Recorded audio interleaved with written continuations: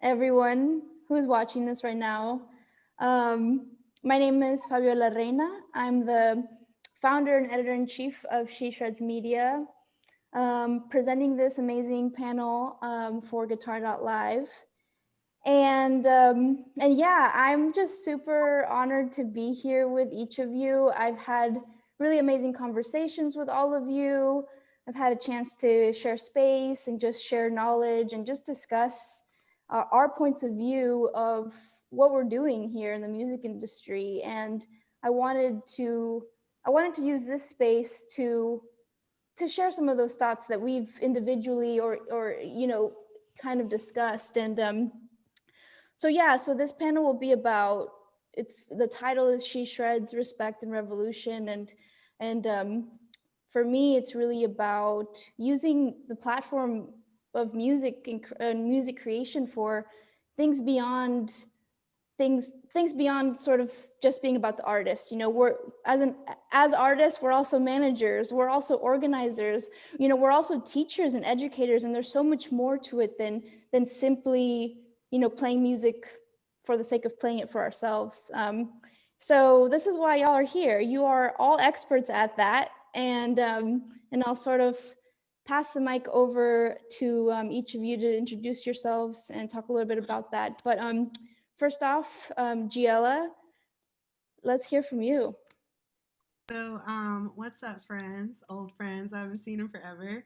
My name is Giella. My pronouns are they, them, and theirs. So, I am a singer, I'm a rapper, a DJ, community organizer.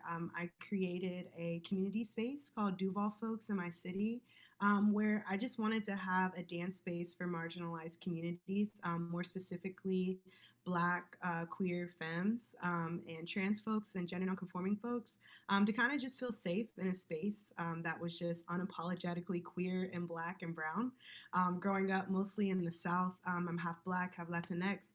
And, I just didn't find community. I didn't really find space here. And so I just wanted to create it myself. And so I did just that.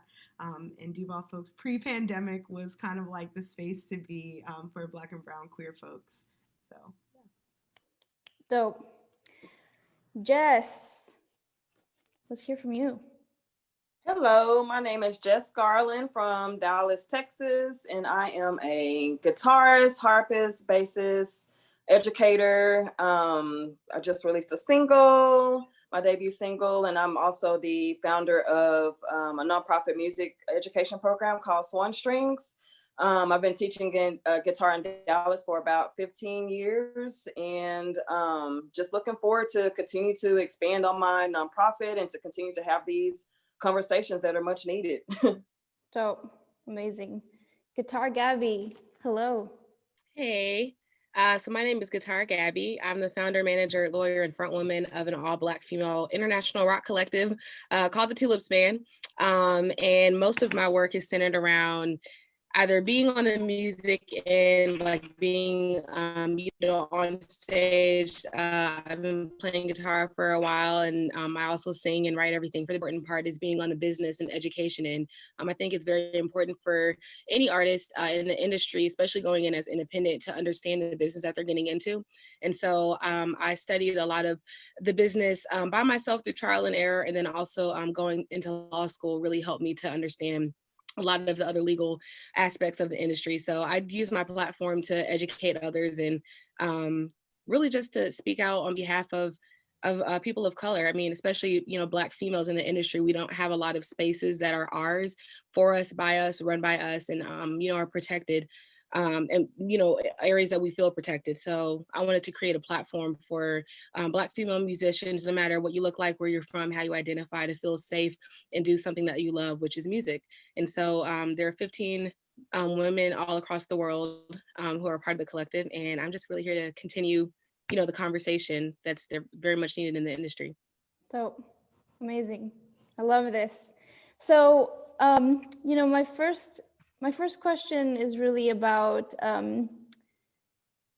finding your love for music, and what motivated you all to keep exploring it. I know that personally for me, I ran across so many obstacles because of lack of visibility, because of lack of representation.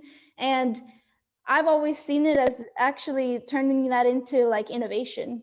And that what has been so motivating for me. But wanting to hear a little bit of each of y'all's story. Whoever feels like the call to answer that first can go ahead.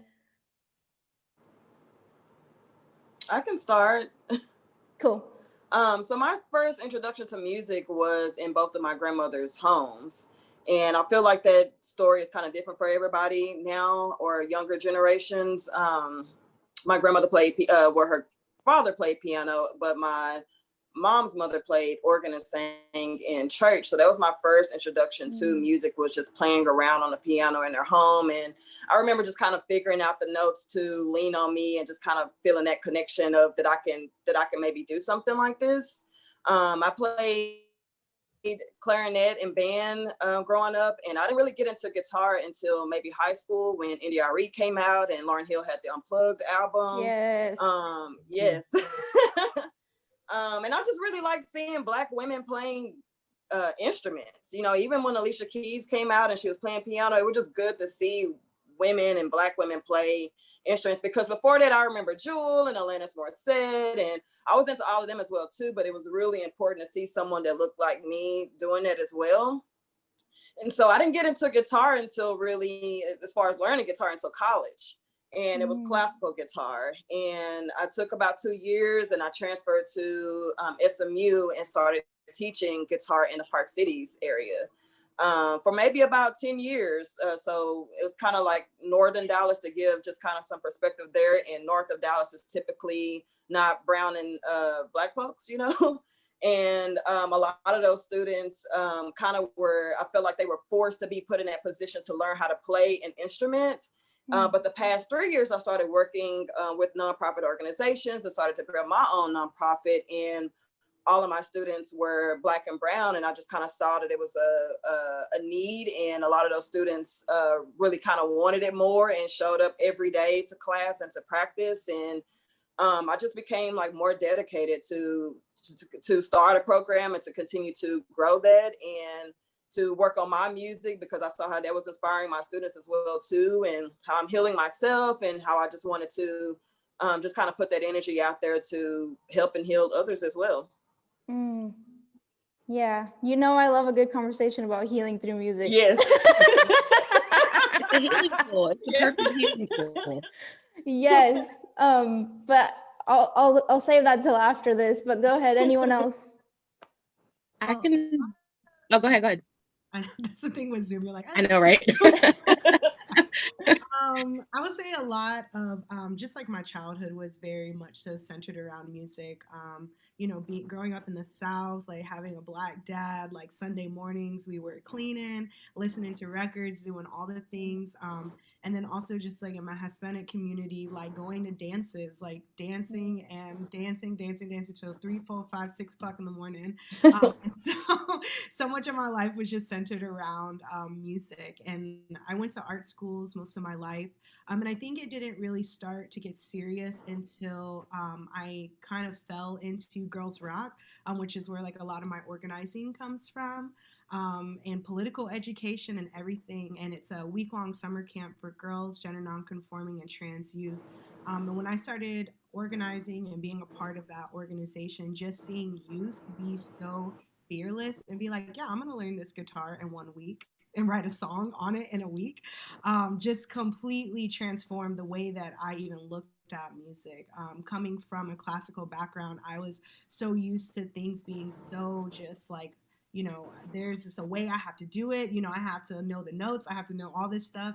And to see you just be so playful and just like so not caring, really just kind of transformed how I looked at music and how I even imagined what I wanted to do with music. And so that's how I really got into DJing was, you know, my friend just had a controller and was like, here you go, just play with this, see what happens.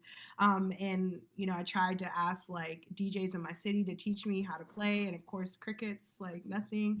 And I was just like, you know what, I was going to teach myself how to do this. And yeah, 2 years later, here I am, like paying my bills with it. And I just would have never thought I could be in this space. And I just have to give it up to the youth for just like making me feel that way. And just getting to meet so many femme musicians through that space as well. Like, it's how I even came across Tulips. And, you know, I was at Afropunk and I didn't even know that I was there seeing y'all. And it's just, it's amazing to just like have this community that's not only just local but also international. You know, there's girls rock camps all over the world, and so I just have friends everywhere and like femmes that I can lean into and talk to, and that have felt the same things that I have felt, like those insecurities that I felt, that language that I didn't know, and girls rock just gave me all of that.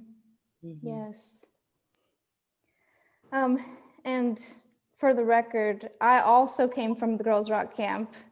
I started going there when I was like 13, so totally feel you on that youth empowerment. Damn, it's strong. Gabby, what's your story? I came through music. I started playing the clarinet also like Jess. I played the clarinet and the oboe and a little bit of piano, but I love the clarinet to the point where I memorized the whole Lord of the Rings soundtrack on clarinet. But Yes. it was great though. I mean, it's a lovely soundtrack. Anywho, but I started playing guitar around 11 or 12 years old. My mom got me my first guitar, and I just remember I had been wanting to find an instrument that I felt like I could one, play and sing on at the same time, and then two, just wanting to be able to find something that would help me relay to people outside of my head what I was hearing inside of my head. And so I felt like guitar really helped me be able to do that. So I started teaching myself for the first 4 years or so, and then I started studying classical guitar, and I played that for about 2 or 3 years, and that's really where I started to understand the world of theory a lot more. Prior to that, I had been trying to teach myself theory, but I was confused. So, but classical guitar and then listening to classical really helped me to understand, you know, all other genres and really just the world around me through the lens of music and composition. So that's kind of how I came to guitar. But in terms of what keeps me motivated, the Girls Rock Camp really has been a huge part of my career so far. I think that one of the main things that keeps me motivated to go every day is one, just wanting to continue working with other women of color in this industry, paving our own path. I think we're at a very interesting point right now in the industry where we're just saying, we're taking what's ours. We're not asking for it anymore. We're just going to come through, do what we do. And if you're with it, cool. If you're not, move to the side. So, because we're not going to stop. But that's one thing that definitely motivates me every day, wanting to just provide that platform for women to be able to participate when they can without feeling like they have to sacrifice other things in life, which I feel like a lot of times, you know, women in the world, we're always, especially Black women, we're always being, you know, placed in those positions. So that's one reason. And then two, just being able to work with kids and being able to turn around and pass back the knowledge that I've learned throughout the years, and other members in my band being able to take that knowledge, whether it's on an instrument or learning about copyright at a young age, all of those things definitely help to form, you know, what the future of that young kid is. And I think that it's really important to be able to do that. So just this past summer, we got to partner with about 15 girls rock camps around the world. And we literally just spent the whole summer doing virtual teaching and different workshops. But for me, it's about just being able to, like Jess said, being able to provide some sort of Black figure for these kids to be able to see someone that looks like them, because I didn't have that growing up. And I can only imagine what life would have been like, my journey would have been like between then and now, if I saw, you know, a Sister Rosetta Thorpe or another Black woman on the cover of a magazine, you know, stuff like that. So yeah, I can go on for days about that, but that's really what motivates me. So yeah.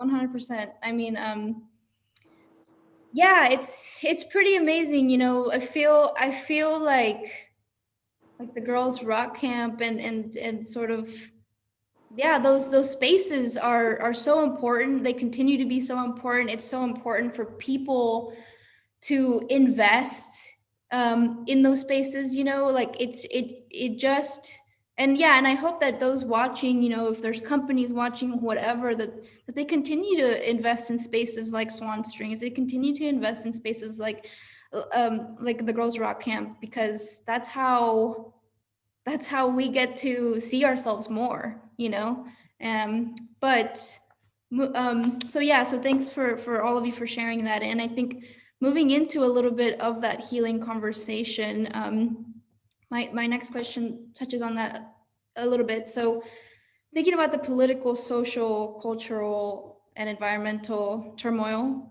today, do you feel that the guitar and that music in general can be used as a tool for revolution? If so, why? And for me, healing is a part of that revolution, and so for music and for guitar to be used as a tool to connect like that is a part of that, so yeah, so talk to me a little bit about what that means to you, and if that's something that you use guitar for as or music as a tool for revolution. I can start. Yeah. So thinking about this question, it makes me think about when Trump was elected into office, and I had to go teach a guitar class.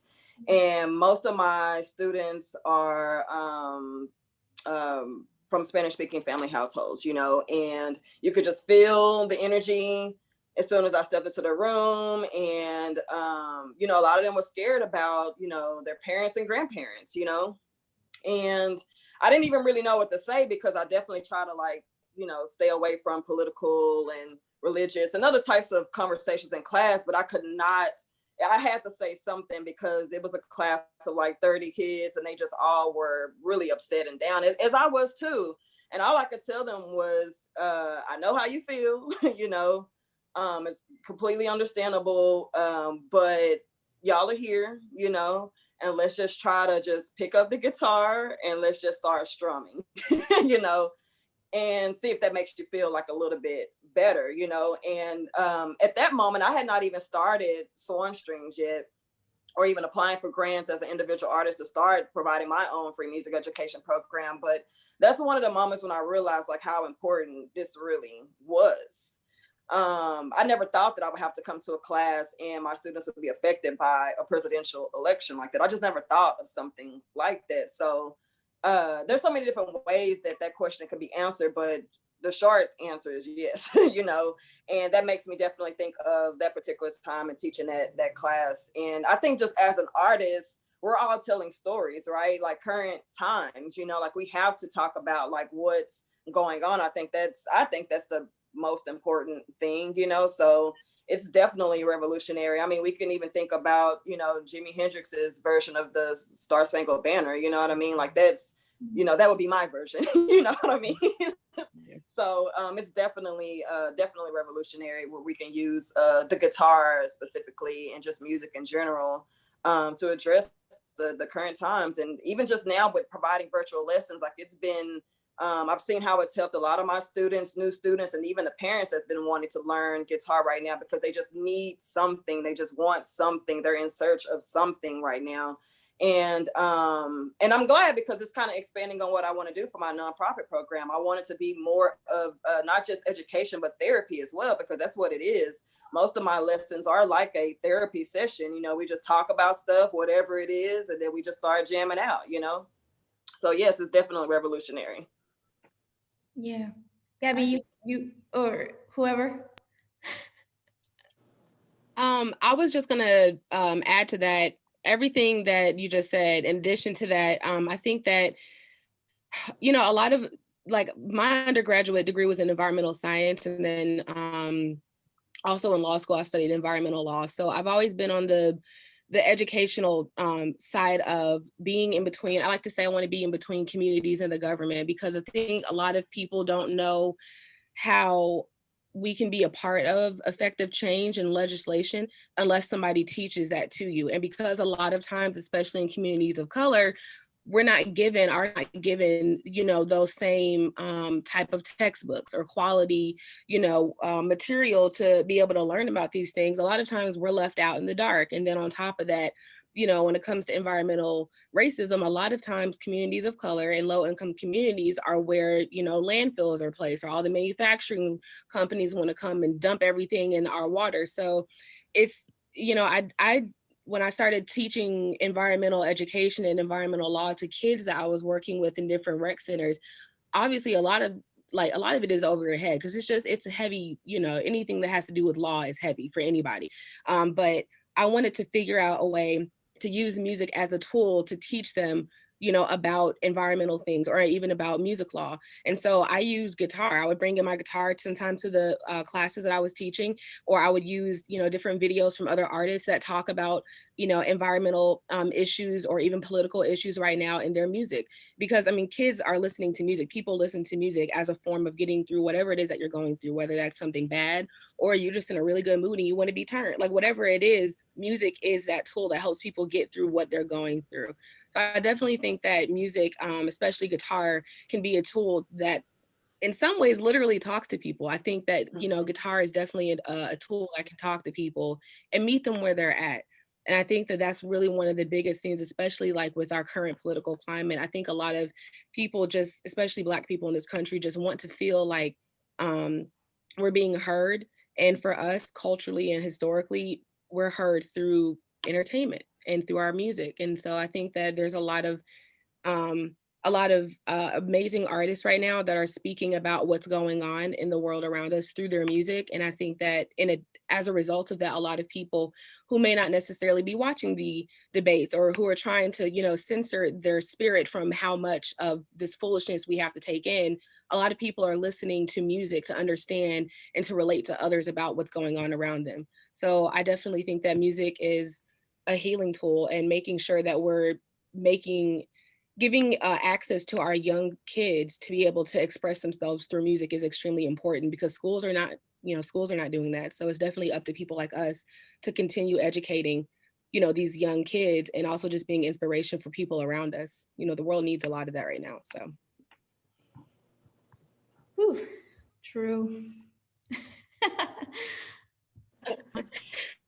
Just to circle back around to something that Gabby said earlier, is just like, imagine like where I would have been if I would have saw like a Sister Rosetta Tharpe like on a cover, or all these other amazing Black femmes that like paved the way for literally every single genre of music. If we look at hip hop, like the first hip hop record was recorded by a Black femme. Rock and roll was created by a queer Black femme. And so it's just like you can see this pattern like over and over again. But because they didn't get that exposure, because they didn't get to be on the front, or they didn't look a way that basically they just didn't have Eurocentric features, they weren't exposed in that way. And so I think, creating those spaces like Girls Rock, where, I was able to go out to Santa Barbara, California, and teach, young white girls about like, hey, this is my experience as like a Black femme that lived in the South.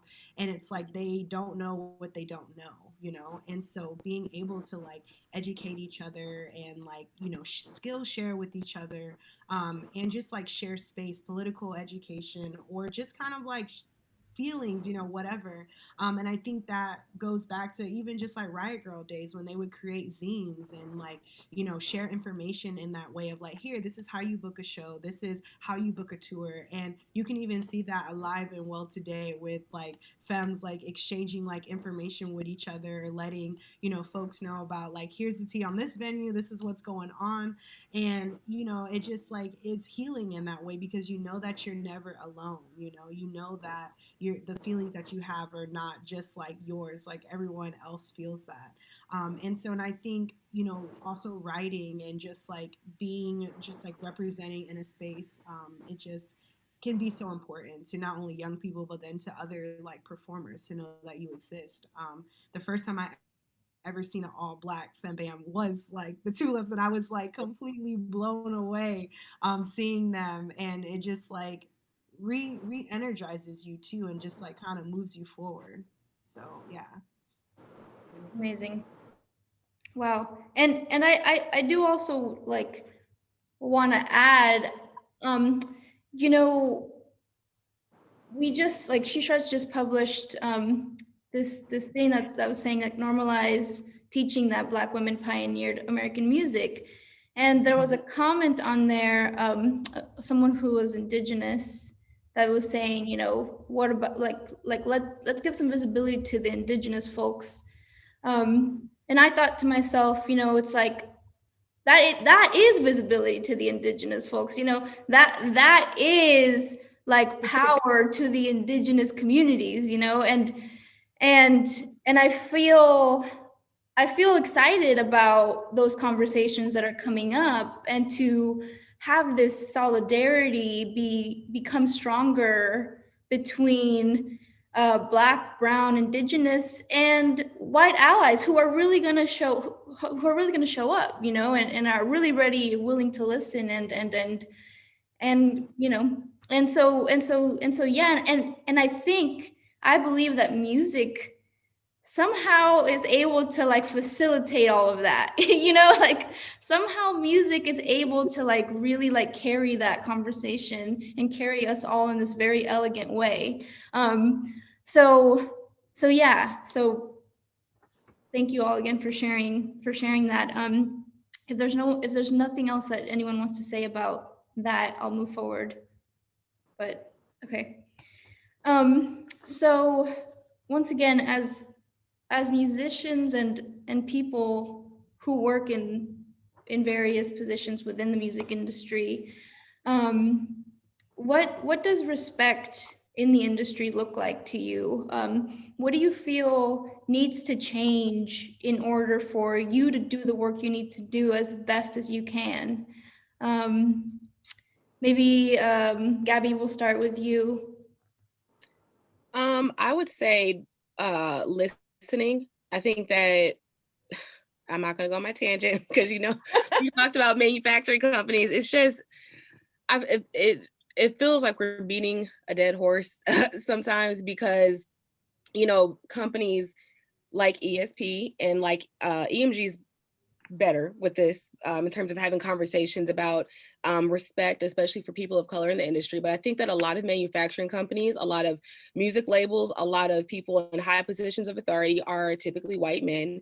And a lot of times, from my experience, you know, when we're asked when, you know, what can we do to support, or what can we do to whatever, you know, it's, first of all, a lot of times those questions only come about after something major has happened on television. And I feel like a lot of companies want to be like, look, well, we responded, look, we're trying to help, we're trying to respect, but then it falls off. And, you know, that's one of the things that I've been talking with ESP about lately. You know, what happened? Like, you tired already? We just, what time? This is my life. So when you're asking what you want to do, or, you know, how can you all respect us, listening and actually, you like intently listening and putting forth energy and putting your money where your mouth is to carry out the commitment that's needed to be able to actually respect people of color in this industry. A lot of times it's, you know, oh, well, we put you up on our website once 6 years ago. That's not good enough. You know, it's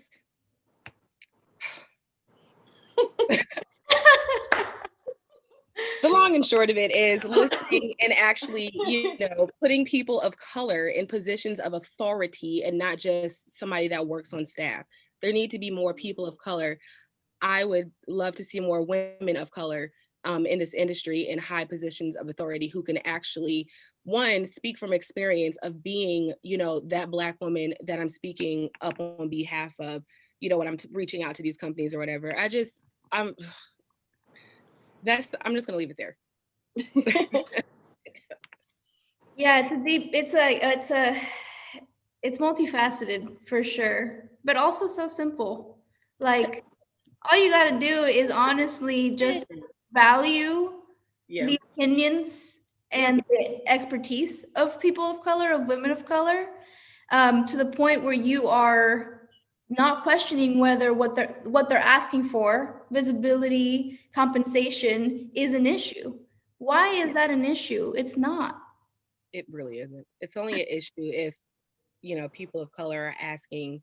Well, first of all, we shouldn't have to ask to be treated like humans, but that's a whole different subject. But, you know, I agree though. It just listening. It's really not that difficult. Yeah. Who else is inspired to answer that? there's just so much unpacking, I think, with all the questions that have been asked so far that we just don't have the time. Right. We don't have the time. But Gabby said it right. I mean, it's our life, and it's so weird that people are tired already because it's like, this is it, you know? But I would say listen, believe, and protect, you know, and those are very simple things, you know? And I mean, I can even just use this as an example of like, I rarely go into a Guitar Center. Rarely. It's like the Home Depot and Lowe's of guitar shops, you know, and it's really weird to see, like when I walk in, when I have to, and that's like the only option I have, I'm like, I gotta go here to get something, how they immediately treat me. And assuming, you know, I may ask a question, because I worked at Guitar Center for about 3 months when I was at SMU. And I started to hate guitars and Chick-fil-A, which was also next door. And Chick-fil-A, I know that's another discussion, bringing that up. But anyway. Oh, Lord. But I'm just like, I'm starting to hate guitars. And I'm starting to hate like food that I love. And it's just like, this is not it, you know, because it was so hard and it was like competitive. And I was cutting everybody deals because I was like, I don't care. Like, I'm still getting a commission check. And I just wanted to just help. But then people were questioning my expertise, you know. People don't believe that I play classical guitar. They want to see my nails to prove and show that I actually, you know, play. Yeah. They, you know, actually prove and show that I know how to, you know, play, that's my style or form of the way that I learned my foundation of learning guitar. And I can go now and there'll be women there that are not of color that treat me the same way. And it's so weird because I'm like, we're women. You know, and you're like, you know, I'm asking a question about teacher discounts, or I have a nonprofit program, you know, can I show you my, you know, IRS determination letter or whatever, so that I can get some type of tax-free or whatever for strings that I need for my kids or tuners. And you can't even register the fact that I have a organization. And you're like, oh, the teaching's back there. I'm like, no, you're not hearing me. I am a teacher. Actually, one of your teachers are my teachers. And I'm asking you, you know, do you guys provide some types of discounts, you know? And it's just little things like that that's just, it's so simple that can go a long way. Guitar Center, like specifically some of the ones that are local to me here, have considered me to be competition, which is just weird. There's so many kids. There's so many kids. We can work together. You know, like, why am I a threat to you? You know, or why are you not wanting to support me? Or why can't I put up information? Or there's so many kids. I can't take them all. I don't have enough teachers right now. I don't have enough funding for that. That is where I'm trying to go. Yes, you are correct. You know, but we can still work together, just like how we're all working with you, Fabi, with She Shreds. It's like, it's not a competition. We're supposed to work together, you know, like I don't operate in scarcity, you know. Yeah, I realize I'm just like I said, we can unpack this. Yeah. That's gonna be a wine session. Right. Yeah. I think it's gonna take a lot of just like, to be honest, just decolonizing the way that we think, you know, breaking binaries, not thinking in binaries when it comes to women, when it comes to gender nonconforming and trans folks. And just like, once we start to dismantle like all these systems and the way that we process and the way that we give access to people in whatever capacity, I think that's when we're going to start seeing a lot of change. Like Gabby and what Jess was saying, you know, shifting power to, you know, women of color, to trans people, to gender nonconforming people that can speak to a lot of these things. And also like valuing lived experience versus like, you know, maybe some folks don't come from academia. And I think that's part of like decolonizing a lot of the ways that we think.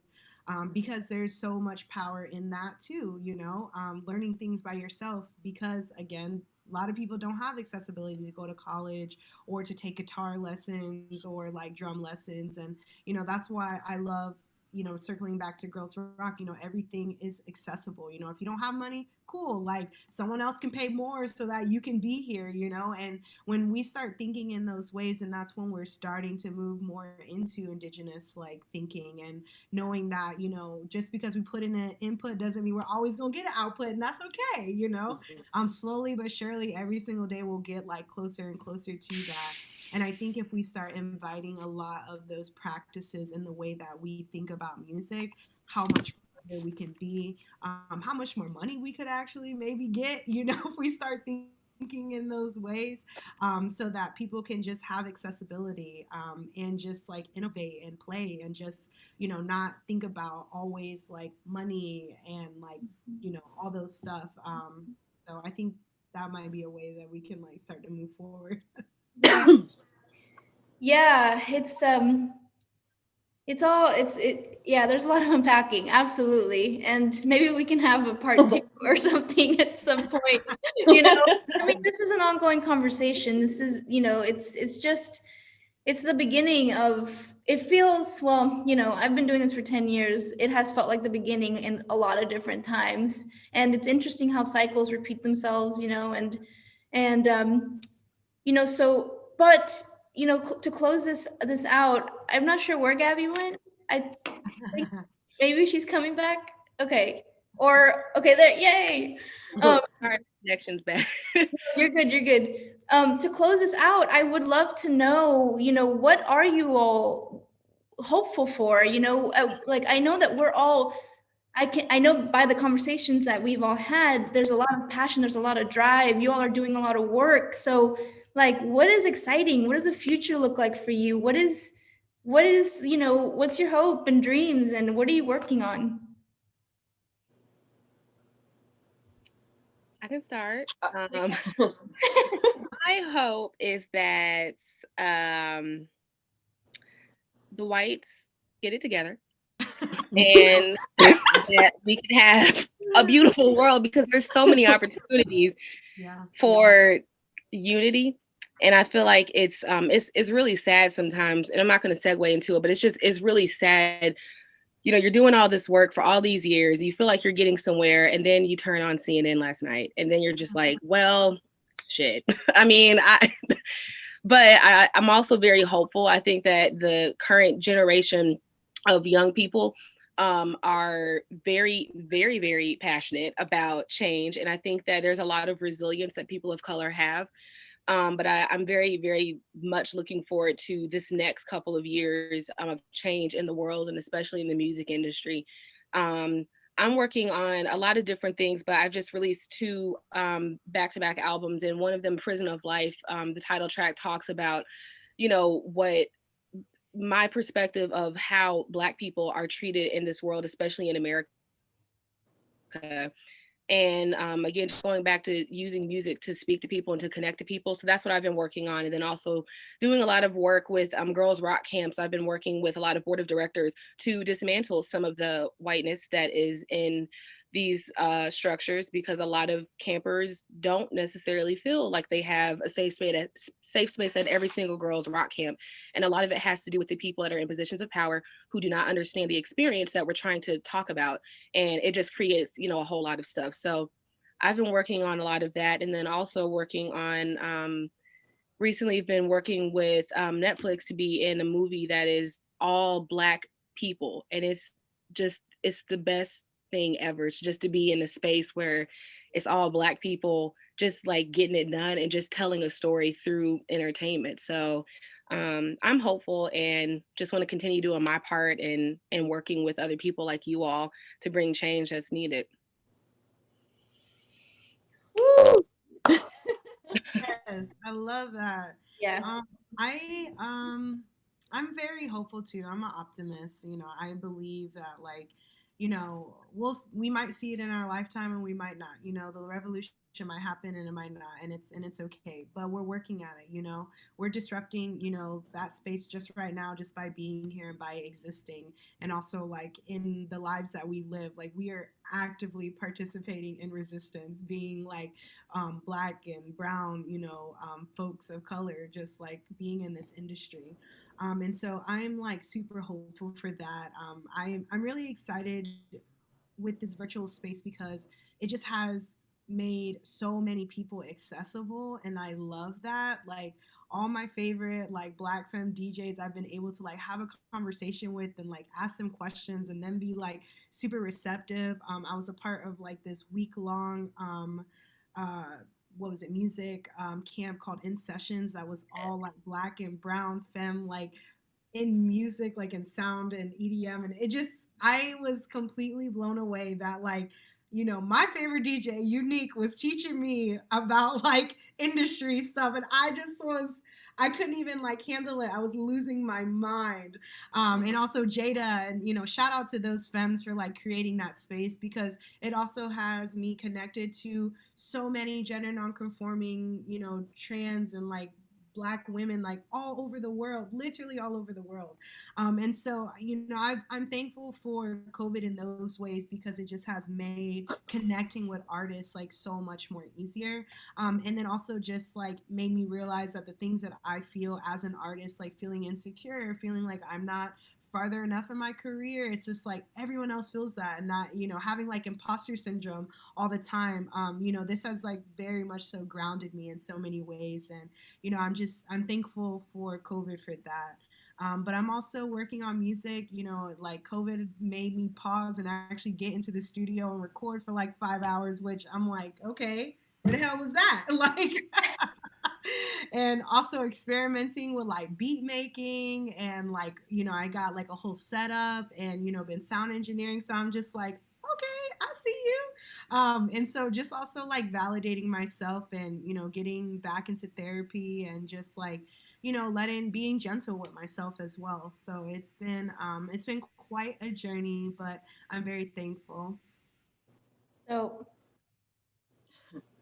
Um, I will say that you know, the revolution is like in our minds, right? Like it will not be televised, you know, as we all have heard. And I am definitely very, very hopeful. And COVID really has helped in a lot of ways. And weirdly enough, you know, to where people are working together to move forward. And Fabi, I even like how you just described about like, you know, that we are indigenous, you know, women as well too. And like we do need to break down that barrier. Like that's like one of my biggest things is like, I don't understand why we're separated. I don't understand why we're divided. Like we're in this together, you know?